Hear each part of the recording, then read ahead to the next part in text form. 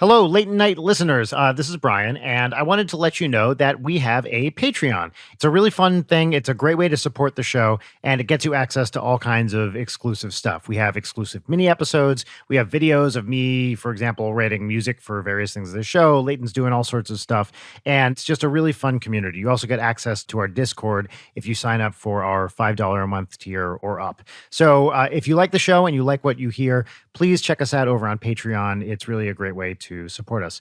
Thanks so much, and enjoy Late Night with Brian Wecht. It's my Don Pardo impression.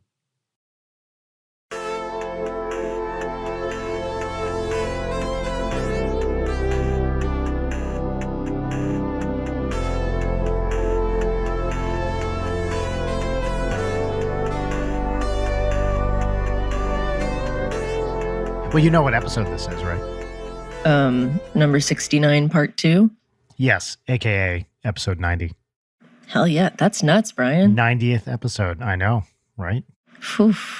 Yeah, getting close to 2 years. Oh, that's crazy. You can't say that. I had a moment of true, Mayo appreciation the other day. Oh, 2 seconds into this podcast, we're finally getting into it.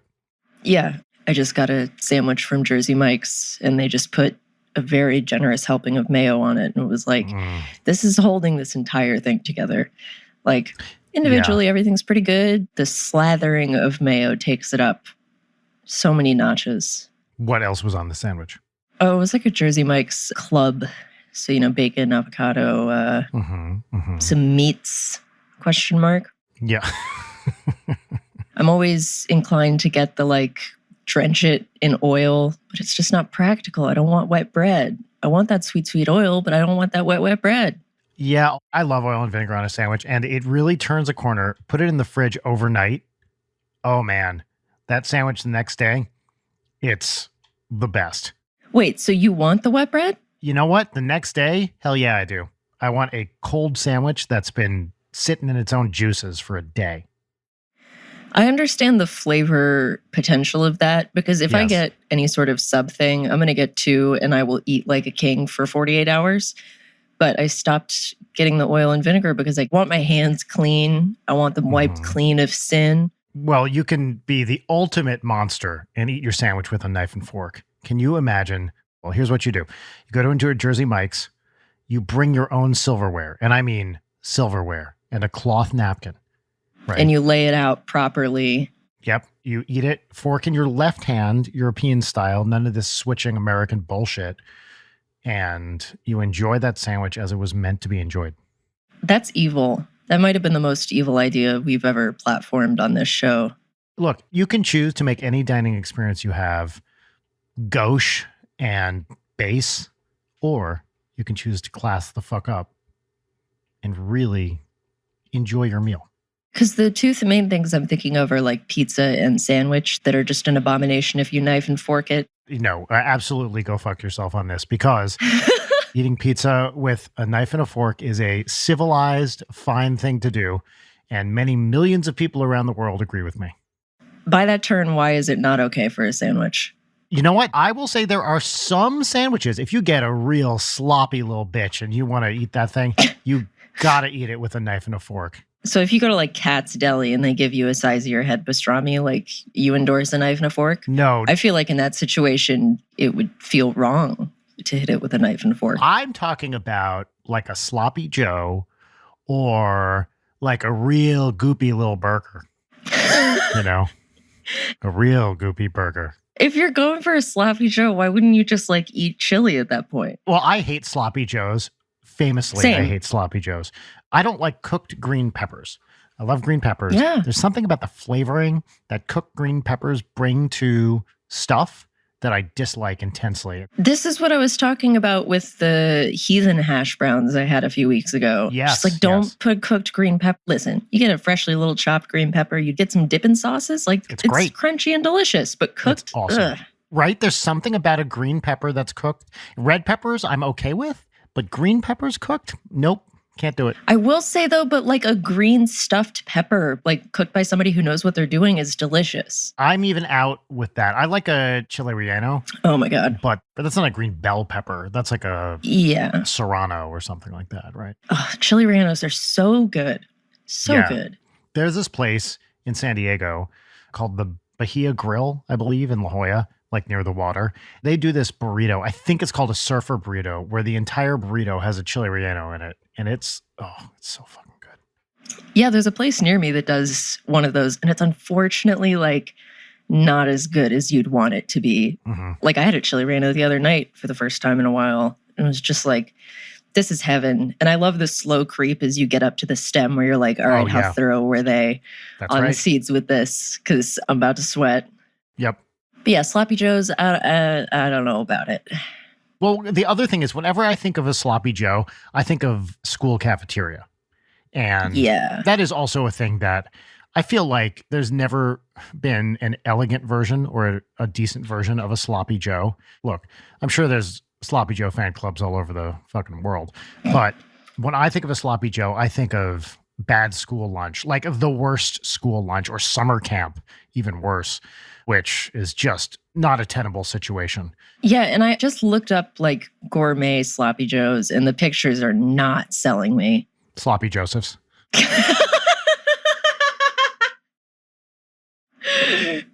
Yeah, these are some real Sloppy Josephs, but he's trying his best. Show me what you're looking at here. Just Google image search gourmet Sloppy Joes. Oh, don't put it on a poppy seed bun. No, that's fucking, then you're a crazy person. All right. This looks awful. No, fuck this. This is dumb. On a waffle? Why would you want this? All of this looks terrible. Oh, no way. I'm sorry, but you can't have a gourmet version of a food with the word sloppy in the title. Oh. Okay, the ones with the little cornichons on the top, that's cute. I like that. I mean, is that cute because it seems better, or are we just kinder to it because there's a pickle? I mean the latter. I'm sure it's gross. This is maybe shocking for me. I adore pickles so much. This is well established. We know this. I cannot stand pickles on a sandwich. Really? Whoa. Unless it's like a Cubano. Dropping bombs today. I know. I don't know why. It's just like a separate thing. I would like to enjoy it in the full flavoredness of it as a separate entity. Mm-hmm. I can do both. I like a sandwich with a bunch of pickles on it. I love pickles on a burger. That's great.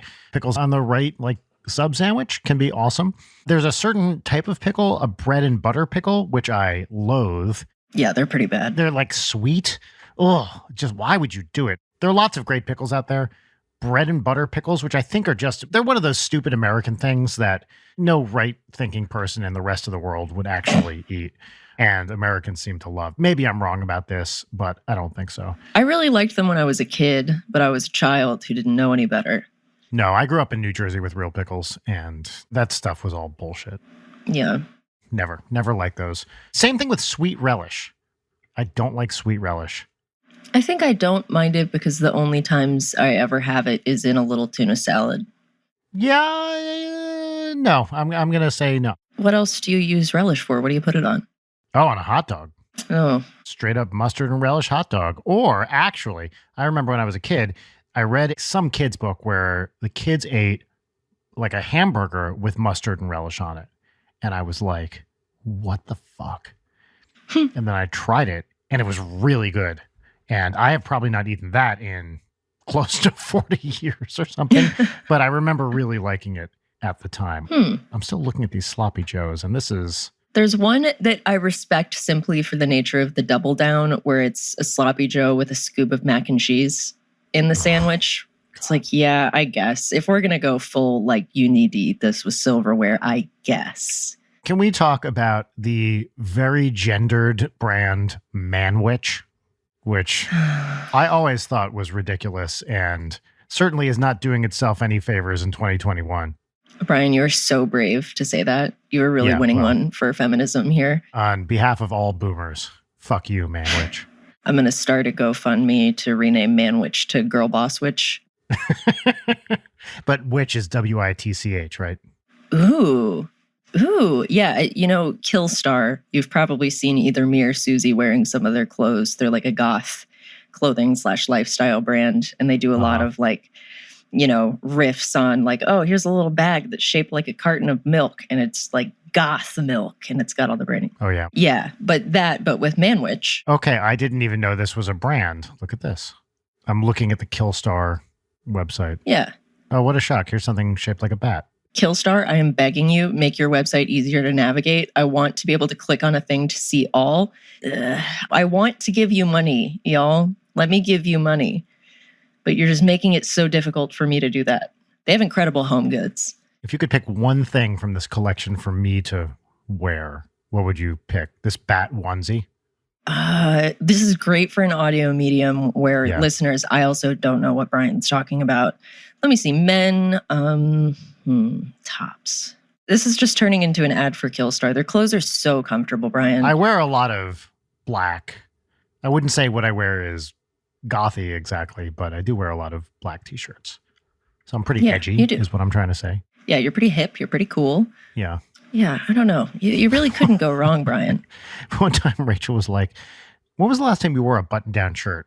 And I was like, oh, fuck, I don't know. Like a couple of years? It's been a while. Well, if something occurs to you, let me know. Now, okay, I close that tab and I'm back to the fucking Sloppy Joes. Sloppy Josephs. Whoa, what? Wait a minute. Okay, I'm on Google image search and 1, 2, 3, 4, 5. The fifth tab, I guess, over is something called Sophisto Joes. Do you see this?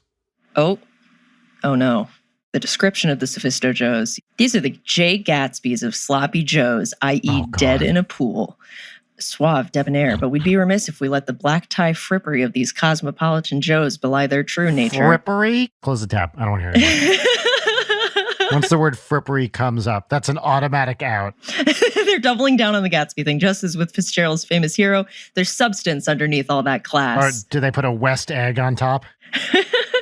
I hate this. There's nothing about this that is grown up or different from a Sloppy Joe. People in other countries must not know what this bullshit is, right? There's no way this exists. Maybe Canada. It might be the national food of Canada for all I know. Speaking of which, I just got back from Canada. Oh, yes. Okay. We had many of things that we were going to discuss that weren't 15 minutes going off on Sloppy Josephs. So please say your more interesting things. Oh, well, I was so happy to see Twerp. I went up there to record this album with Meouch, and the album was great, but it was just fun to travel again and be in another country for the first time I guess I went up for Hadfield's Generator 2 years before, like January 2020. But yeah, it'd been, a year and a half and change since I was in Canada, and I love Toronto. It's a great city with maybe the ugliest residential architecture I've ever seen. It's just... Oh, what's the style? There is no style. It's like ugly brick or ugly siding, and that's it. I'm not hating on Toronto. I love the city. There's so much cool stuff there, but the residential architecture is chaotic in the worst possible way. It is not a pleasant city to like walk around and look at houses, at least in anything I've seen. And by the way, this was corroborated by Canadians where I was like, this city's ugly, right? And they were like, oh yeah, Toronto sucks. It just has no aesthetic. Toronto has no visual aesthetic to it. And the fucking CN Tower doesn't count. I have no knowledge or basis with which to refute these claims, so I will simply stare at the really nice tourist pictures on Google Images. Yeah. Well, the thing is, it's not just like a generic Canadian thing either. Like there's some cities, and it's certainly, I'm not widely traveled in Canada, but like Montreal has a vibe, for example. I've never been to Quebec City, but like it has a vibe. It's kind of European and cool. Toronto just fucking sucks. Visually. Great. So we've lost all of the listeners from Toronto. Now look, there are so many great things to like about Toronto. Like, food's actually not that great. The weather is also terrible. A lot of people were kind of rude. I found a nice used bookstore. Oh, okay. Get this. I bought a book. So I was wandering along College Avenue on my one day off out of the studio, and I stopped in a used bookstore, and I bought a book entitled Jazz Anecdotes, which we brought to the studio, or I brought to the studio, I should say, to inspire our smooth jazz recording, and it was awesome. Do you want to hear some jazz anecdotes? I would love nothing more than to hear some jazz anecdotes. Okay, so this book is called Jazz Anecdotes. This is the first edition, hardcover, written by Bill Crow, who was a bassist in Jerry Mulligan's band in the 50s and 60s and a musician and author. And my eye was just drawn to this. Describe the cover art to me. It's very like early 90s, which makes sense because that's when it was written. It's got a couple squiggly orange lines and like all the words are in a stencil font in various colors. It's got a picture of two musicians on the cover, and I'm not quite sure who they are. Both laughing? They're both laughing, yes. And one guy is a trumpet player. I should know who these are, and I don't. So I don't know who these guys are. Okay, so the chapters are grouped by topic and then by musician. So some chapter headings, I'll just read them to you here. Wild scenes, the word jazz, beginnings, inventions, pianos, teachers and students, stage fright, reading music, hiring and firing, managers, agents, and bosses, on the road, arrangers and arrangements, cutting contests, 52nd Street, jazz records, jazz on the air, the well-dressed jazz musician, prejudice, songs, goofs, pranks, the put-on, good lines, nicknames. And here we go with the musicians. Louis Armstrong, Bessie Smith, Bix Beiderbecke. I've never been sure how to pronounce this guy's name. Beiderbecke, I don't know. Fats Waller, Eddie Condon, Pee Wee Russell, Duke Ellington and his orchestra, Benny Goodman, Coleman Hawkins and Lester Young, Art Tatum and his children, Joe Venuti, Tommy Dorsey, Lionel Hampton, Charlie Parker, John Burks Gillespie. Why they wouldn't say Dizzy, I'm not sure. Charles Mingus, Zoot Sims and Al Cohn, Miles Davis and John Coltrane, and then finally a section entitled Jokes. So so separate from the goofs and pranks sections. That's right. Did any of those jump out at you as something you'd like to hear? Something about the well-dressed jazz musician? Oh, sure. The well-dressed jazz musician from 123. So all these are just like they're stories which he pulled from somewhere, and then there's a little bit of setup which doesn't help. So all of these read like the Tim Heidecker, I think you should leave celebrities sketch, where it's a bunch of names where, it's like little Bobby Johnson, and you're like, what? And oh yeah, don't you know? He played with Basie from January 1937 to February 1937. I'm just going to open up to one of these. Okay, let's see it. Here's the preface. When they were both living in Kansas City, Lips shared his wardrobe with Count Basie. Lips Page had a couple or three fine special suits, and at that time, he and I were the same size. So one night, we were supposed to go out somewhere, and I said I couldn't go because I didn't have anything to match up. And he said, "That's all right. Why don't you borrow one of my suits?" And I said, okay. I figured that'd be great, because he had three real sharp, truly great outfits. But I didn't know what I was getting myself into. I couldn't get rid of him. Everywhere I went, he was right there with me, saying, "Don't lean on that." Or he'd say, "Hey man, that chair is kind of dirty. Hey Basie, watch it sitting down." He couldn't think of anything else all night but that suit of his I was wearing. That was one of the most uncomfortable evenings I've ever had in my life. I was never so glad to get back home and take off a suit. So there you go. That's a hashtag jazz anecdote. I do love that. There was one joke that actually made us all laugh. Now, most of these jokes are pretty dire. Give me like a dire one first. Oh, okay. A club date leader, who was primarily a singer, held and plucked at a string bass while fronting his band, but knew very little about playing the instrument. One evening, his pianist arrived at the job to find the leader holding a little boy by the collar while he angrily cuffed him about the head. "Why are you hitting the kid?" asked the saxophonist. The leader said, "The little son of a bitch twisted one of my tuning knobs and he won't tell me which one." Yep. Wow. Okay. Now I'm going to read the funny one. Okay. Deep in the jungle, a safari was camped for the night. In the darkness, distant drums began a relentless throbbing that continued until dawn. The safari members were disturbed, but the guide reassured them. "Drums good. When drums stop, very bad." Every night the drumming continued, and every night the guide reiterated, "Drums good. When drums stop, very bad." Then one night, the drums suddenly stopped. The guide looked frightened. "When drums stop, very, very bad," he said. "Why is it bad?" asked a member of the safari. "Because when drums stop, bass solo begins.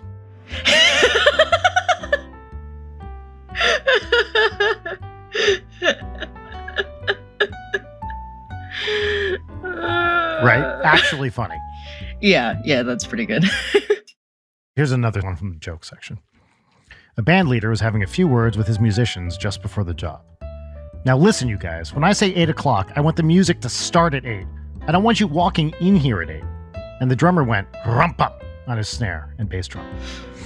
And I want a clean shirt and a clean shave on everyone. I don't want any bums in my band. And the drummer went rump-up-up-bum. And when I say a blue jacket, I mean a nice blue blazer. Don't come in here wearing the top half of some worn-out black suit. And the drummer went rump-up-up-bum, crash. And if I find out who's making that noise, that's it. That's the joke.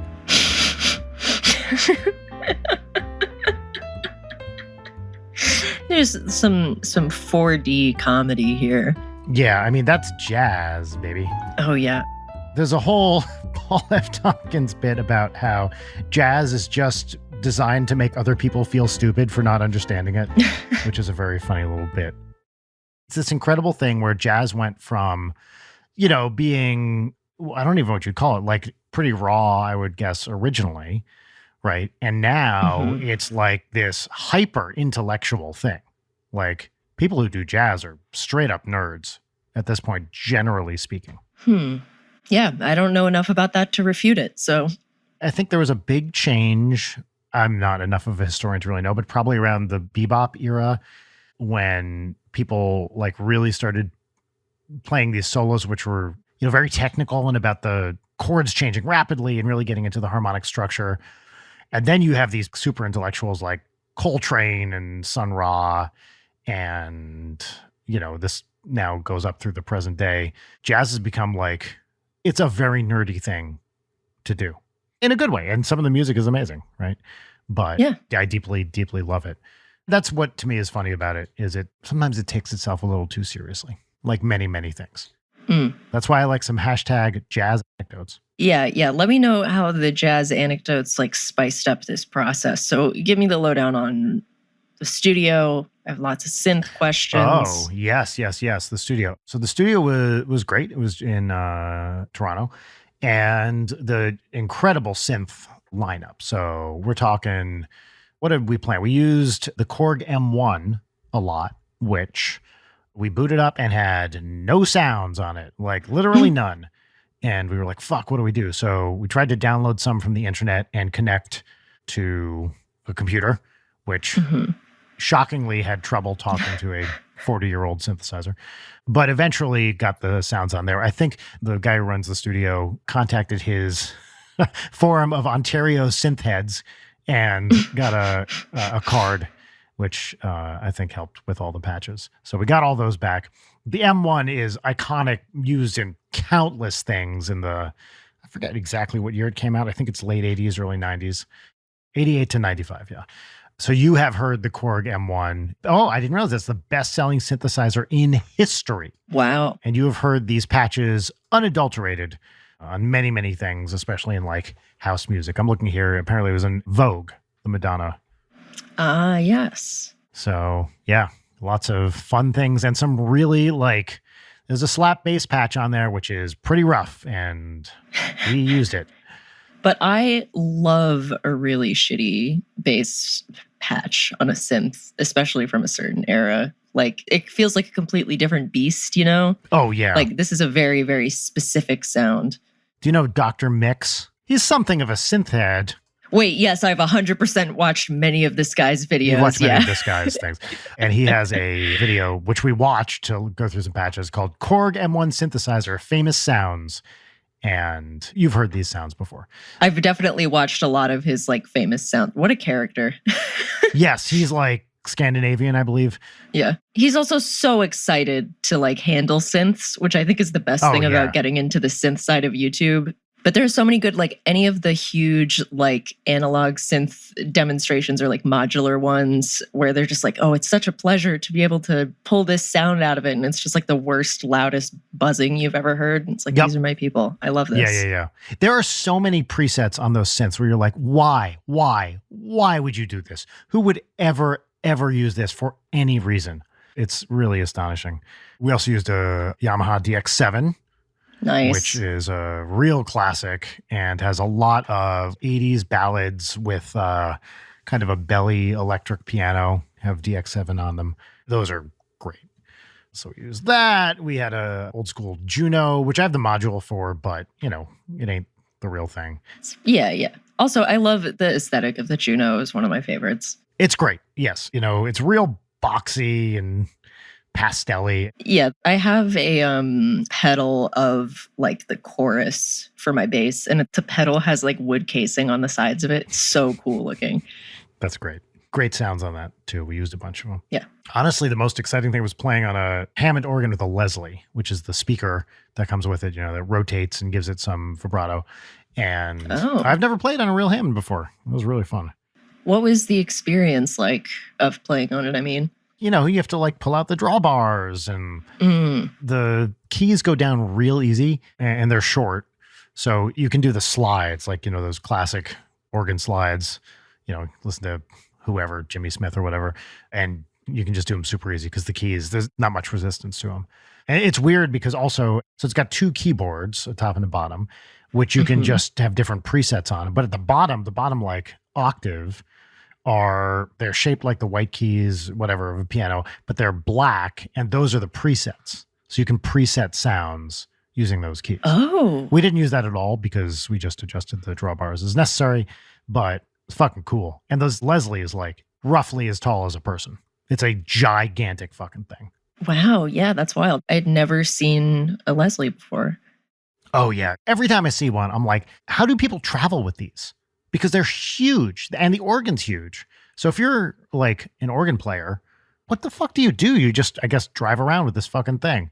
It's huge, but the sound is amazing. Yeah, there's a really good free VST that I forget the exact name of it, but it's like a very, very good and fun to mess with B3 Hammond thing. It's free. If you look it up, you will probably find it. I use that one a lot. And you can mess with the drawbars and stuff. Oh, yeah. Yeah, that's fun. I still don't understand how organs work, but like once you have the ability to mess with it, it's like, oh, that's why it makes that sound. I see. Well, roughly speaking, what you're doing is, what an overtone series is harmonically?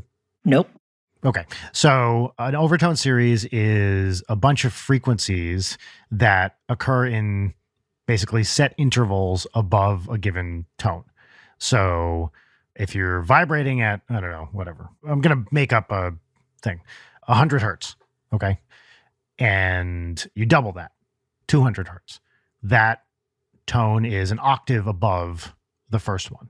And as you kind of keep going up through these series, here's another way of thinking about it that's actually more helpful. Take a guitar string. All right. When you pluck it, so it's fixed at the ends, right? So don't put your fingers on the frets or whatever. You pluck it, and there's a waveform that can fit on this thing, which, basically it's clamped down at one end, clamped down at the bottom, and then it just goes up and then down, right? So that you can fit basically half a wavelength there. That's called the fundamental frequency of that thing. Now, the other thing you could do is have it go up and then down. So basically the wavelength gets half as big. So you're fitting one full wavelength between those endpoints. Do you understand what I'm saying? Yes. You can basically put in a set number of half wavelengths between any 2 points and create a standing wave. Okay. Right? So it can go up and then down, and then those are the endpoints. It can go up and then down and then back up. That's like fitting twice as much in the two endpoints. That wavelength is half as much, so the frequency is twice as much because there's an inverse relationship between frequency and wavelength.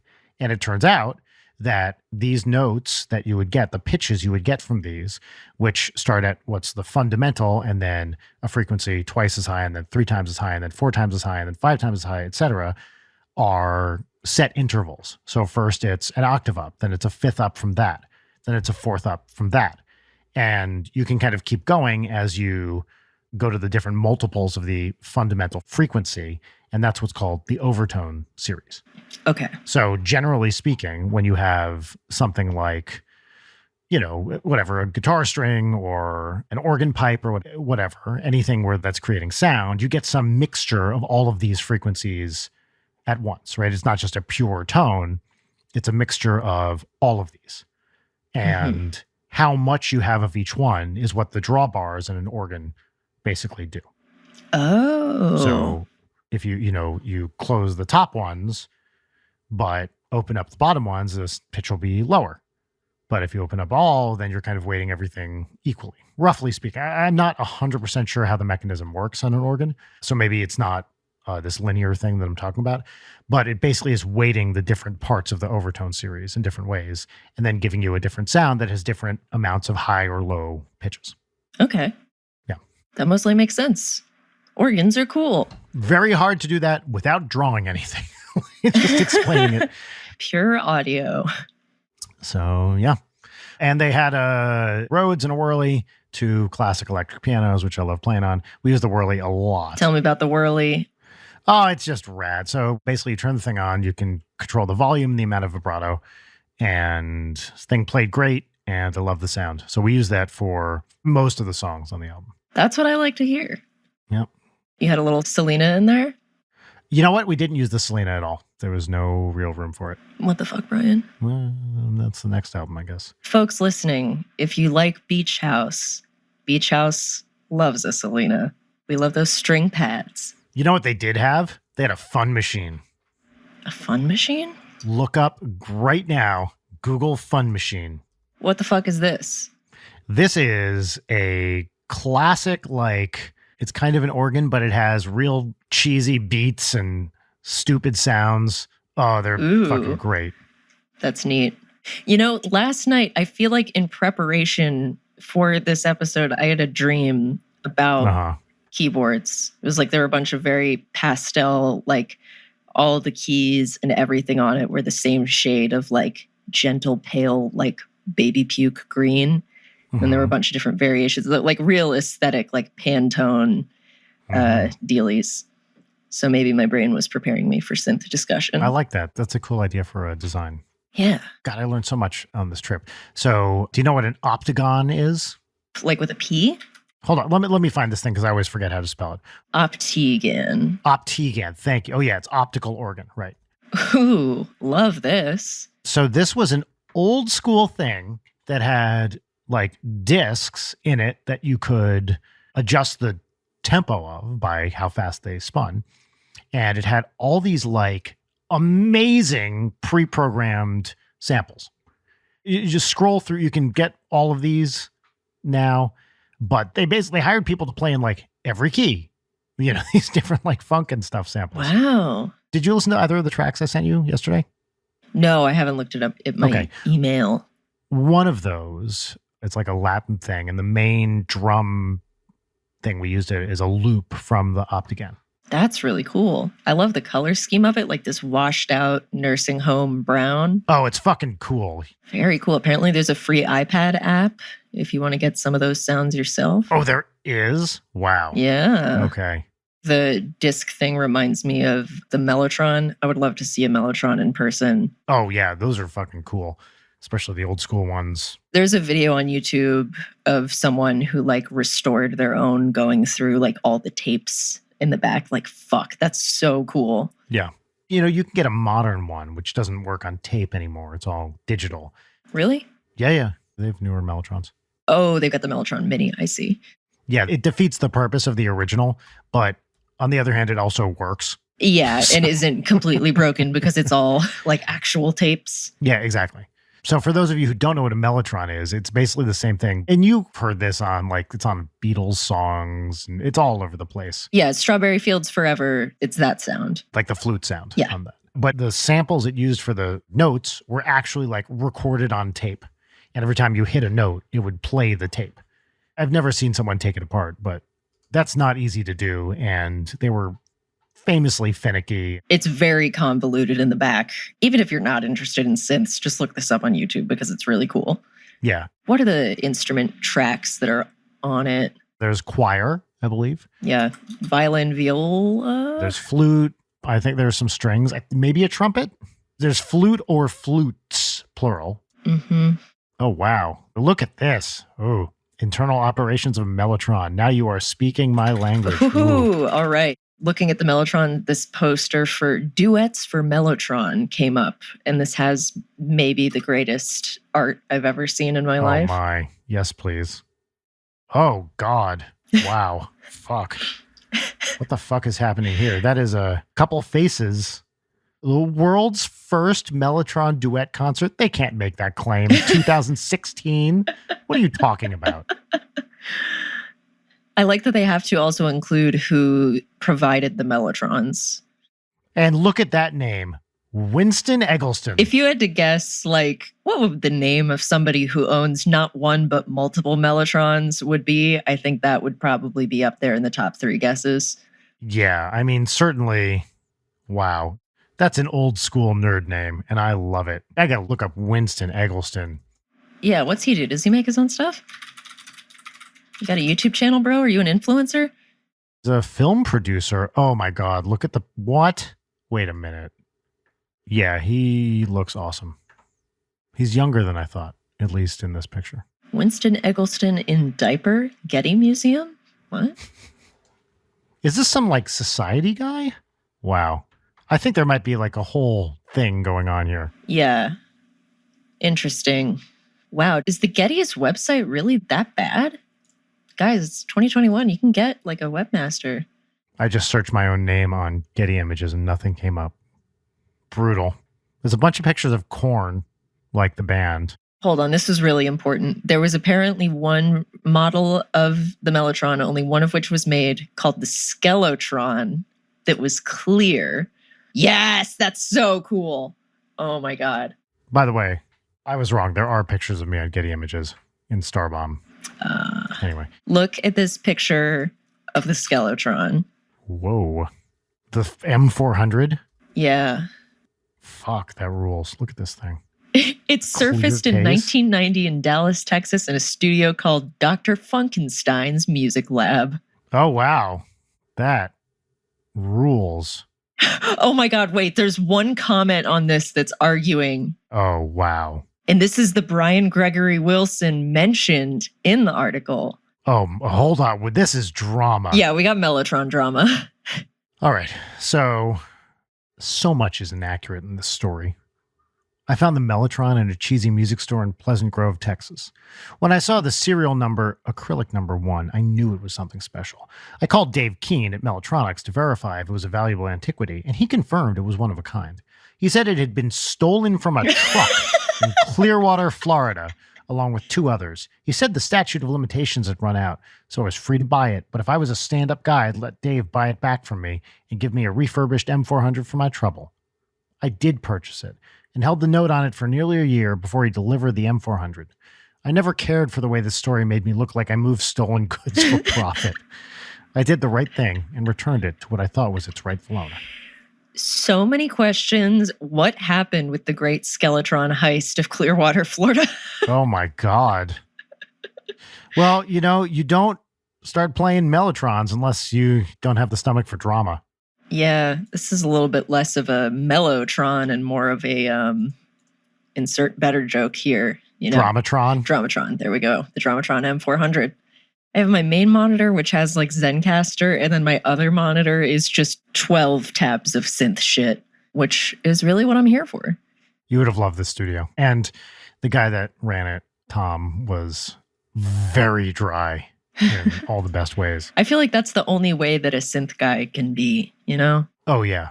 No, he was a really great musician and a really fun guy to work with. And I think the sounds were fun. So I'm very excited for this album to gradually come into being. And it's a lot closer than it was 2 weeks ago. That's great. Yep. And I got to hang out with Torp. I know. Like, what else do you want? Love those guys. I'm so jealous. I missed them. They'll be here in a couple months and we'll be on the road pretty soon. So. Oh, shit. My boys. They're out here in January. Yeah. Oh, and I can't believe that January's in a couple of months. Yeah. It's November. I wish someone online would talk about No Nut November. Everyone seems scared to mention it. Really? No, it's literally everything everyone tweets all the time once November starts. Just please stop. I'm begging you, people. Stop with the No Nut November thing. It's a great service that our friend Matt Watson did to the world in dropping his No Nut November song. Yeah, I do kind of blame him for making this problem worse. But all I know is for the next month, I can be guaranteed that anything I post on NSP that has anything to do with a sexual act, someone will be like, well, there goes my No Nut November. Ugh. I know that it's like a meme, but is it going off of the you get superpowers if you don't nut? I don't know. I just want to be very clear that this podcast is taking a pro-nutting stance. Absolutely. No Nut November is bullshit. We're pro-nut November. Yeah. If you want to jerk off, then jerk off. If you don't want to jerk off, don't jerk off. Who cares? There's no reason not to. It's not like Sober for October where it's like, okay, good, don't drink. Like, that's probably better for you. But who cares if you don't jerk off? Nobody. And it doesn't do anything for you. And also, who needs to hear about it? Nobody. Yes, thank you. It's not like you come in every other day of every other month like, well, fellas, I really just cranked one out this morning. Like, so why is it suddenly different if you're like, I'm the better person because I did not jerk off this morning. Everyone, why are you looking at me like I'm weird? Yeah. Also, coupled with the fact that no one's doing it. Like, come on. By the way, the people who are tweeting about this the most are definitely teenagers. Like, yeah. Come on. Come the fuck on. Well, I guess the problem is that they're not coming the fuck on. Yeah. So we are anti No Nut November, and we are pro Nut November. I'm pro nut whenever you want, with it, obviously asterisk on that. Nut. With all the obvious. Yeah, when appropriate. I shouldn't have to hedge that. No, but we live in 2021, and someone will be like, so you're always pro masturbation, even if it's a serial killer and an underage boy. And the fact that you said that in a joking manner means that clearly you don't take that seriously. Yeah. It's like, come on. Can we have the tiniest amount of social grace and charity in our interactions with each other where we're not immediately jumping to the worst possible assumption based on an omission in a clearly specific circumstance? Oh, yeah. As we've discussed many times, this specific thing drives me insane. What about... No, sorry. No one was thinking that.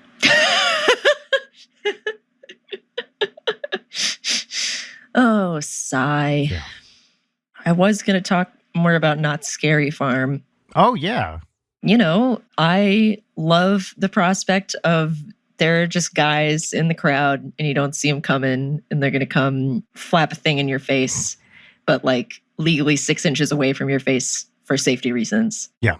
It was just a beautiful thing. There was a girl who was very tiny and screaming her head off and running around. And it just felt like a drop of blood in the water because there were 5 convergent scarers on the sliders. Yeah. Yeah. And we were watching it and cracking up. And Vernon was like, we just watched somebody become the Joker in real time. That moment changed that person. How old is this kid? I don't know. But let me say, we saw a fucking baby here. Oh, God. No. There was a baby. An actual infant. At night. Late at night. At 2 a.m. There were also a couple of 6-year-old, 7-year-old, really tiny kids. And it was really cute because there were ones in front of us at the haunted house. And one of the really big creepy scares leaned down and gave the kid a high five. But also I don't know, it kind of seems like maybe Halloween night in the middle of the night at a place where it's come in through here. You're going to see a bunch of dead bodies and we're going to jump out at you. Oh. To me, that seems like bad parenting. Yeah. Who knows? We went through maybe 5 or 6 of the little haunted house mazes, deals, whatever. Mm-hmm. They were really fun and really well designed. It must be so much fun to come up with that stuff. Yeah. There was a pumpkin eater one where getting vored by a pumpkin. Hell but yeah. The sound design on that one was great. Was it real goopy? Yeah, you couldn't hear shit over goopy pumpkin crunch. Hell yeah. I mentioned the Waxworks one last week, but that was totally the coolest one. There was one that Vernon was super here for that was a giant kraken attacking your ship. Oh, I like that. Yeah, I really loved that the bit for each of them is that you know that it's the end of the maze, because then there's just like a really huge animatronic guy. Like with the ship one, it was like, all right, here's a big shark. With the hypnotist one, it was like, all right, here's a big guy with a hat. That's great. Someone tweeted the other day, I wish I could remember who it was, is Halloween the goopiest holiday? I think so. Yeah. And I really like that. It is the goopiest. I mean, what would be the contender for second goopiest? I'd say Thanksgiving is pretty goopy. I mean, it is the way I do it. Brian, it's goopy the way most people do it. Yeah, but I add my extra special something to it. As stated. You're coming over for Thanksgiving. Yeah. You'll experience it. It'll be a very goopy Thanksgiving. That's right. Wow. All right. Well, we covered some topics there. Yeah, we did. We got through the goopy stuff, which is mainly the only thing I wanted to discuss. We're almost like right on the hour mark for this recording, which it's funny that I say that because now people can compare how short the episode is compared to that hour and know what the forbidden synth takes were. We cut out all the really funny stuff and some really, really dirty gossip about the famous YouTuber.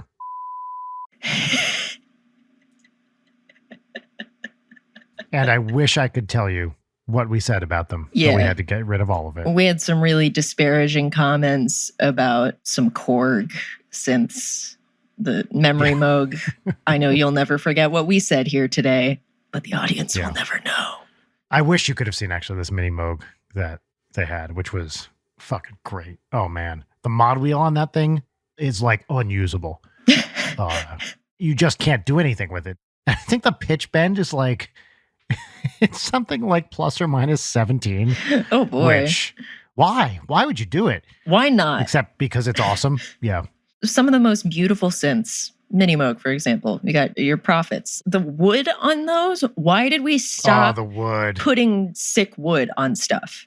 Because I'm looking at Prophet 5 right now. Like, that is gorgeous. You oil that bad boy up. That's a beautiful grain.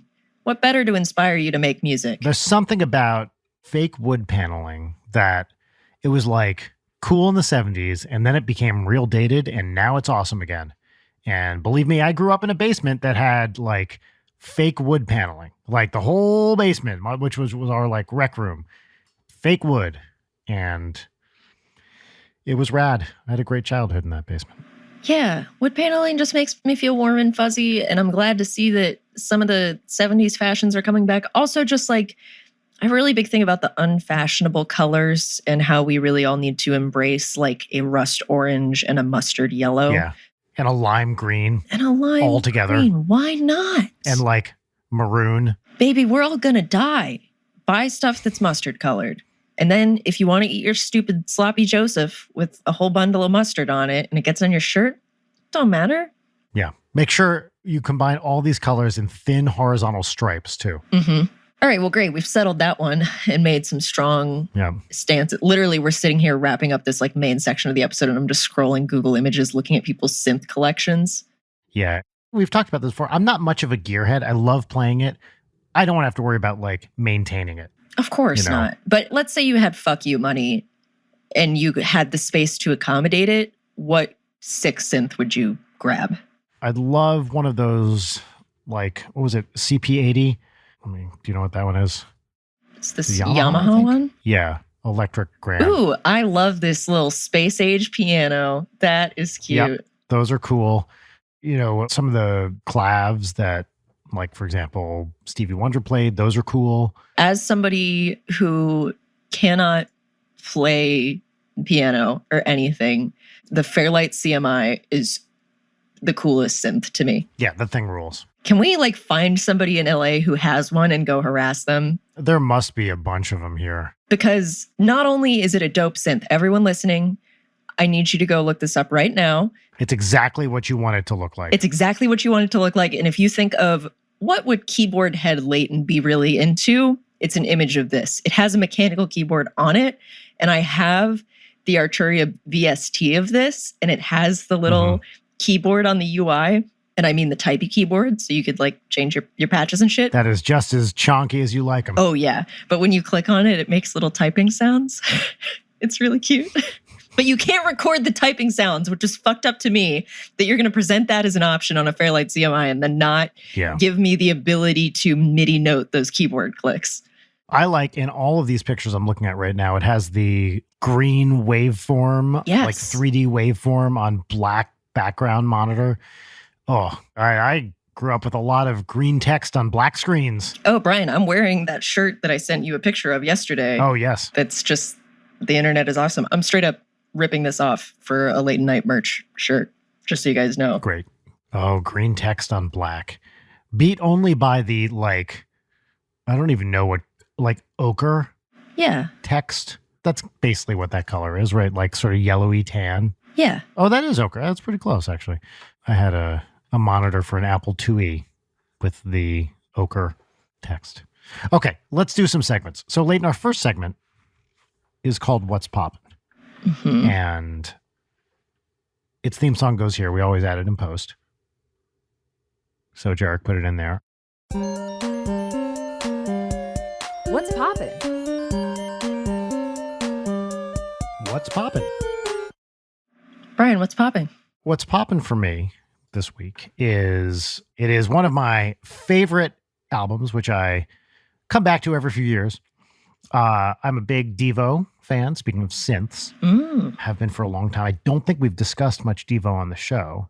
You know, Devo famously a bunch of art student weirdos who created a fake band that became a real band and became massively popular. I didn't know that lore.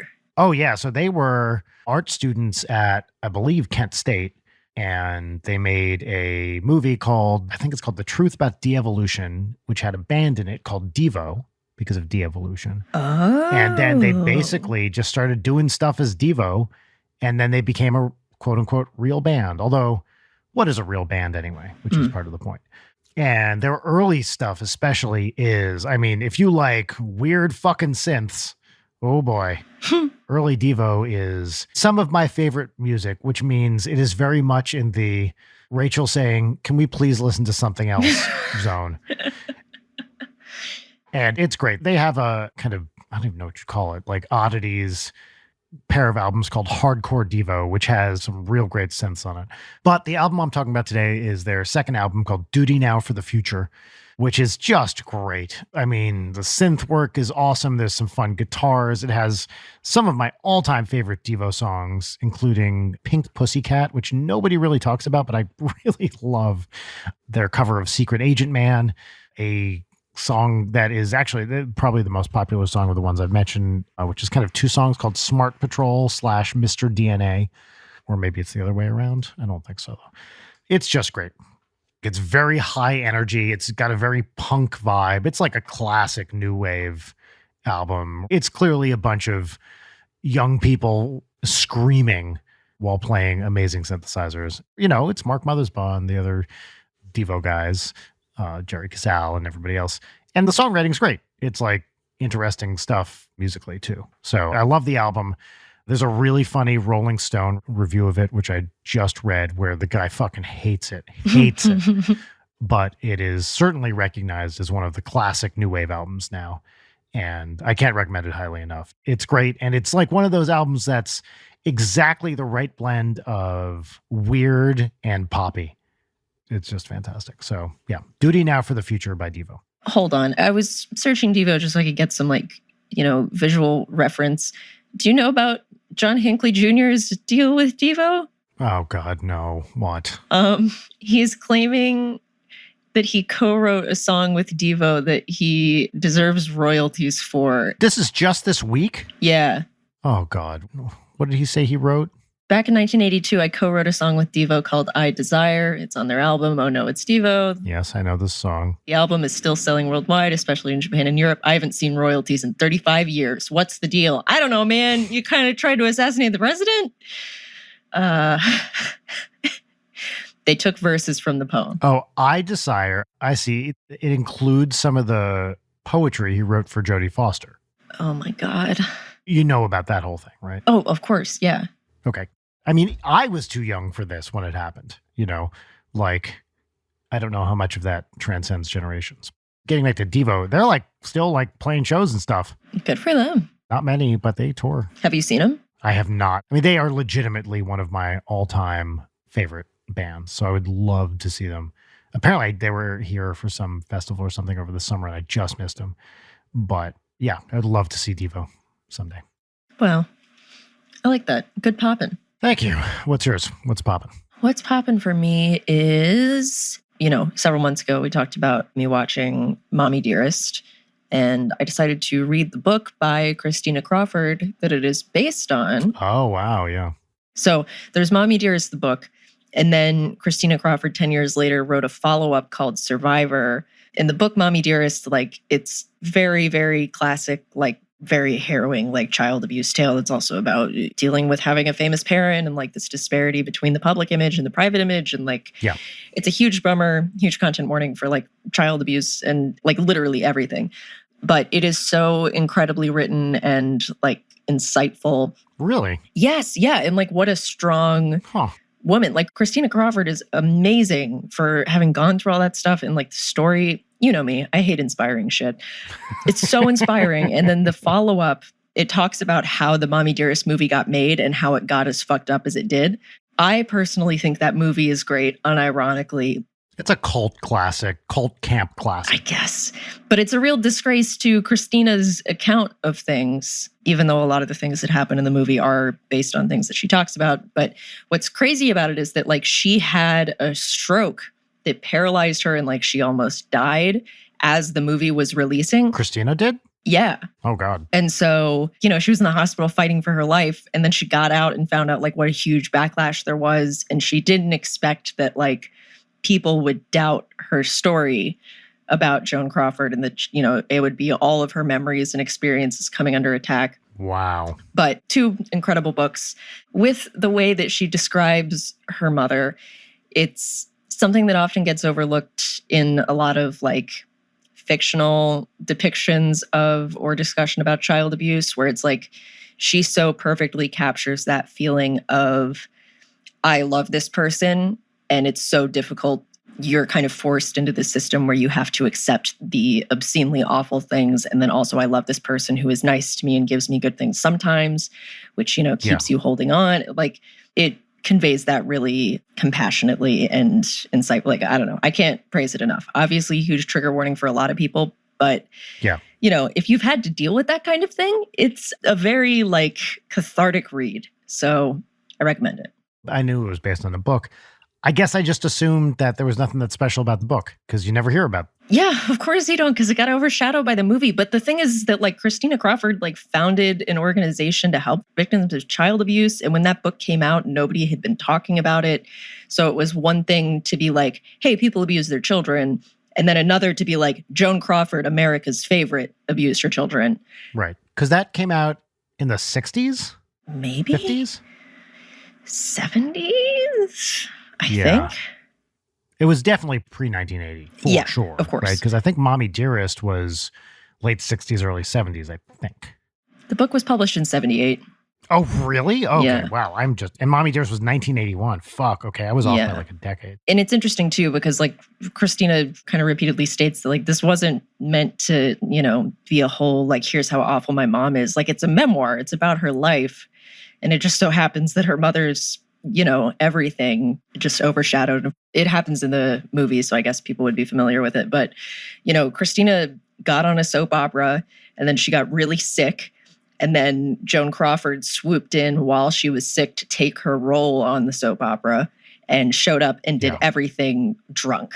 So Christina Crawford, recovering in the hospital, had to watch her mother, who is way older than the character, take her role and do it while slurring, oh my God, while claiming that she was doing something good for Christina. It's such classic, narcissist behavior. Anyway, yeah, that's what's popping. Wow. Cool. Yeah. All right.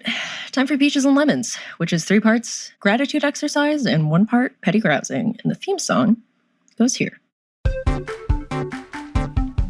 Peaches and lemons. Peaches and lemons. Okay, great. Mm-hmm. I looked over and I was reading the label on my dog's cat treats. To maintain your cat's proper weight, reduce the amount of cat food offered proportionately to the amount of snacks you feed your cat. I don't know why that caught my eye. It just did. And you're asking, Leighton, you don't have a cat. Why do you have cat treats? Well, they're for my dog. So. Well, they're made out of cat. Yeah, she has particular tastes. Yeah. She has a very specific set of skills, which include cowering, barking, Yeah. becoming senseless with fear. She takes after her mother. I have a short lemon, my lemon, and I guess this lemon is one that I wrote down and saved from a few weeks ago, but pretend that it just happened. Mm-hmm. I went to the store and I purchased some fancy olives, like a little plastic container of fancy Stelvatrano olives, which I love. I put it in my paper grocery bag because I forgot to bring a regular grocery bag, and then I was getting out of my car, and I took the bag out of my car, and the handles broke off of the bag, and the bag hit the ground. Oh, I hate that. The handles are a trap. Paper grocery bag handles are a trap. Yeah, and I usually don't carry them like that. I was just picking it up to take it out of my car so I could hold it from the bottom like a responsible adult. Anyway, it falls, and I just see it. It's too graphic. No, use it. Say it. All right, fine. The bag starts miscarrying olive juice, much like the subway scene in Possession 1981. Is that too much? Not for me. I can't think of a better, just the way that it started leaking fluid. And so I go, no, my olives. And I'm able to salvage the olives themselves, but I lost all of the brine, which is kind of like the best part. I'm right here. So I'm never buying expensive olives again. I was going to drink that. I was going to sip that brine. I can't react to that. I'm sorry.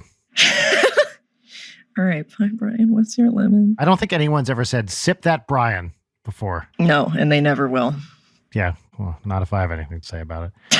If Audrey ever murders me and turns me into a blended paste, then maybe. That would be a sloppy Brian. Yes, thank you. Thank you. Turning it around, calling it back. Perfect. Meticulous broadcasting is what we do here. Oh, yeah. Every aspect of this episode meticulously planned. We should probably introduce the show. No, I don't think we should. I don't think we should. I think you should say your lemon. All right. My lemon is, so while I was up in Toronto working on this jazz album, I'm back at my Airbnb one night using my laptop, which is a MacBook Pro with the little control bar on the thing. And that bad boy freezes and is now inoperable. So I looked up what to do with it. I went into the terminal. I reset all the blah, blah, blahs. And it changes its display, but I can't use it. Touching it doesn't work. And I've touched the shit out of it at this point. And nothing is happening. So I can still use the laptop just fine. It's getting on the old side for a laptop. It's like 3+ years old. So maybe it's time to get a new one, which is never a fun thing with a Mac because it's like, wait, how much? But also, they don't make fucking the 15-inch screens anymore. Now they do the 14 and 16, which... Really? Maybe I missed it, but... Back in my day, the MacBooks were 13 inches and it was a plastic unibody. And they were cuter that way, damn it. Yeah, you can get a 13, a 14, or a 16. Not to be a keyboard person, but those keyboards are absolutely disgusting. On the MacBook? Yes, on the new ones. Oh, I haven't seen them. They're the ones where they're barely there and they make that weird little click. Oh, yeah. No, thank you. No. Butterfly switches or something or other. Anyway, got to get a new laptop. I don't have to because it's in this stupid phase where it still technically works fine. But works just not enough to be annoying. Why would you not make an escape key part of the keyboard? It's so stupid. It's not a part of the keyboard? No, it's in the control bar. What? The regular keyboard has no escape key on a MacBook. Oh, but at least you can see the emojis if you want to add emojis. Thank God. Yeah, it has all this fucking pictures that show up on the control bar, but not the fucking escape key, which you use more than any other key up there. Yeah. And that's where the sound controls are. So I'm in my Airbnb and Audrey calls and it's late at night because it's a 3-hour time difference. And my hosts who are upstairs with their kid suddenly hear, and I was like, oh God, let me I can't turn down the sound. So, God, life is so hard. Yeah, we really have it rough. I have a new lemon. I've been battling ants in my apartment for several weeks. And I truly thought yesterday, I was like, oh yeah, they're gone. It's getting too cold for them. Nope. Oh no. Big old swarm. One day I will kill all of you and you'll be gone from my home. Sorry guys, go somewhere else. Not here. Not for you. They really inflame some very irrational part of my brain that gets disproportionately angry at these poor little bugs who are just trying to survive and don't understand concepts like apartment and mental health. And No Nut November. Oh, they're nutting. Oh, yeah. That's the thing about bugs. They're constantly coming. Yeah. So I think we should enforce No Nut November, but only for bugs. Anyway, peach time. My first one is that when I woke up this morning, there was like a thick wall of fog out the window where I like couldn't really see it beyond my balcony. And I was like, oh, cool. Yes. Just like Silent Hill. So that's my first peach. Yeah, I was driving early this morning and there was fog everywhere. It was awesome. Yeah, it kind of rules. My second peach is that, I don't know, since my like anxiety breakthrough with the Witching Hour show and like having one less thing to stress out about, I've just been in a pretty like level good mood for the past week, which that's great. Is highly unusual. And I know that will not last forever, but it's nice to know that I am capable of doing it. So I'll get back on that bike eventually once I eventually fall off it. It's fine. Yeah. So that's great. My third peach is that I had this dream last week that I can't stop thinking about, where I went to, there's this mall that was underground. I have a lot of dreams about malls, dream analyzers in the crowd. Let me know what that means. But there was like a subway stairway, like downstairs into a basement, right? And a big neon green sign pointing down that said St. Arlington's. And so I go into this basement called St. Arlington's, and there's a huge sign that says St. Arlington's, the only movie theater where you can text and smoke. Yeah. This is all in your dream and you remember this. Yeah. Text and smoke. Yes. And so there's a sign. I sketched up the sign because it was so specific. It was like MST3K style, like audience cutouts in front of the screen where all the text was. But then it was just like phone, cigarettes, all the way down. We'll put a picture of it on the Instagram, but it was just so specific graphic design wise. Anyway, so I go to St. Arlington's and I'm like, oh boy, you get to text and smoke in here. And then it's sort of like an Alamo Drafthouse kind of situation. And I was getting really mad because I couldn't pay attention to the movie because everyone was texting and smoking. So that was St. Arlington's. I just love how specific the name was. That's, yeah, St. Arlington's. Wow. I don't even know where that came from. Anyway, the only movie theater where you can text and smoke. Yeah. That's really great. You know people would go there. They were showing 3 movies, actually. The first one was called Schiller.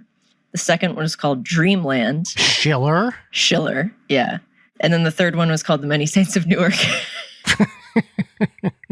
Which is funny, because Schiller is a song by Rat-a-tat, and Dreamland is a song/album by Glass Animals. So I think my brain was just doing a little shuffle through my Spotify. And then Sopranos. So those are my peaches. What about you? Wow. All right. Peach number 1. I went to a new donut shop this morning, Sidecar in Santa Monica.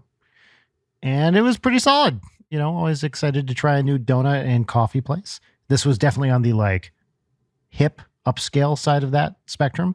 But I had a huckleberry donut, which I rather enjoyed. Like a filled huckleberry? No, I don't like filled donuts typically. Neither do I. I mean, talk about goopy. Like, I don't want that stuff gooping out all over the place. If the substance of a donut is more goop than done, no. Yes, 100%. Let me go off here for just a moment. Why is the generic flavor of a jelly donut raspberry jelly? What the fuck is going on with that? I hate raspberry jelly. I like raspberries, but I don't like raspberry flavoring. And most of the time when you get a jelly donut, a generic like powdered jelly donut, it's fucking raspberry jelly and it's just abominable. Raspberry jelly or any sort of like raspberry sauce needs to be a drizzle or an accent on something else. It can't be the main bit. Yes. It's just oppressive when there's too much. I feel exactly the same thing about cherry flavoring. Like too much of that is like, ugh, just awful. But even other filled donuts, no interest. I don't want to bite into a donut and have the first like texture be like wet. But you're fine when it's a sandwich that's been in the fridge overnight? Yes, very much so. Another callback. Wow. Unprecedented. 2 callbacks. I conceptually so want to be down with a Boston cream donut, but it should be like Boston cream with donut because there's just like no donut in that. Yeah. Unfortunately, Boston cream donuts are fucking awful. I want them to be good. I would love to like them, but they're just bad. I like cake donuts, which this was, with a like huckleberry frosting. Yeah. Which was great. So new donut shop. That was number one.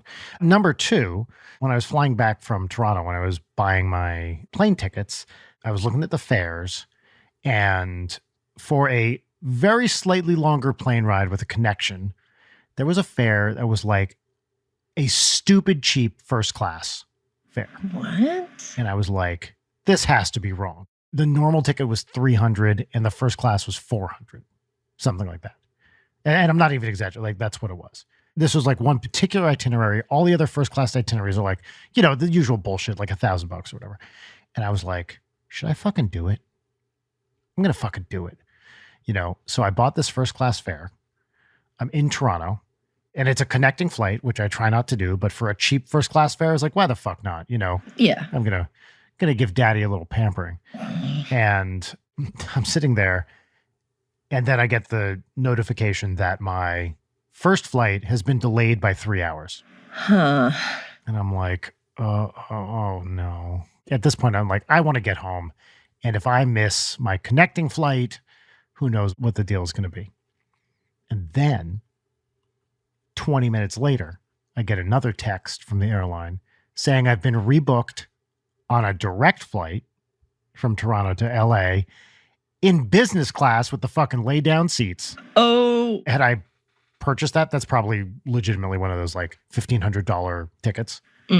But I just got in for quote unquote free because I'd purchased the other first class flight. Wow. And I got to fly on Air Canada instead of United. And it was a lovely flight. I had a couple gin and tonics. Nice. And food was good. And everything was properly bilingual. And it was awesome. So what's the big difference between business class and first class, having been in neither of those in my life? To be honest, I don't know. Typically now, I think business class, that's for like long flights and has seats that lay flat. I mean, there's some shit with like airlines. I've seen like Emirates planes where you can, you know, for whatever, some ungodly amount of money, $20,000, get essentially a studio apartment on the plane. Like it has a queen size bed and shit. Yeah, of course. Business class, I think now typically has those like, you have your own little pod, essentially. It was dope. I've only ever once before been in a business class flight, which was I was flying back from India to Jersey. You know, it was for physics. I had my normal flight and I was sitting next to this very, very old lady. And a woman comes up to me and she says, hi, you know, this is my mother here. I'd really like to sit with her. And I was like, oh God. But I will always say yes to that because I'm, you know, I don't want to separate people. And she goes, I'm up in business class. Would you mind switching with me? And I was like, what? And that's a 15-hour flight. Yeah, my God, that's a big difference. And I was like, hell yeah. And I was like, are you sure? You really want to do this? Because that's a big difference. And yeah, without doing anything, I got switched to business class because she wanted to sit next to her mom. Yeah, I have never been in any class that isn't that one seat in front of the bathroom that you cannot recline. I feel like I just have the best luck at always getting that exact seat. Yep, that's a bad one for sure. I will never be, you know, in a financial position to always fly first class or whatever, like some people do. But for this one flight, it was a nice little perk that ended up being actually a much nicer little perk. Yeah. So that was a fun peach. And my final peach is I talked about trick-or-treating last week. What I didn't talk about was the Halloween party we went to at Lasercorn's house the previous night. You know, it was just a couple families. It was us. Trisha Hirschberger's family was there too. And then a couple other people. And all the kids played together. And it was really fun. Lasercorn, his whole family rules. His little boy, Amir, is just the cutest fucking thing ever. And it was a lot of fun. I love those guys. It was nice to spend a Halloween weekend with them. That's wonderful. I'm really happy to hear that. We've been seeing them a bunch recently. We went over to their place for pumpkin carving a few weeks ago. And then Rachel did a thing in NoHo with them while I was out of town. So they're getting to be close friends. And I love them. They're the best. Oh, wonderful. Well, hey. Yep. That's our episode, right? I mean, I think we did it. We did. Hey, everyone. Welcome to Late Night, a podcast for the Terminally Online. Yeah, I'm Leighton Gray. That one was Brian. Whoa, you haven't used our Terminally Online description in a long time. That is I know. Well, it's been a while. Yeah. So that's both the intro and the outro. And the outro. And in honor of Pro Nut November, I'm going to say the catchphrase. Yeah. Stay safe and come hard. Like really hard. Like extra hard. Unrelentingly. For Pro Nut November. But yeah, that never give up, never surrender. 24/7, all throughout November. Continuous. That's the end of the episode. Yeah. Bye. Bye. Late Night is produced by Brian Wecht, Leighton Gray, and Jarek Centeno. Follow us on Twitter at Leighton Night, on Instagram at Leighton_Night, or email us at leightonnight@gmail.com.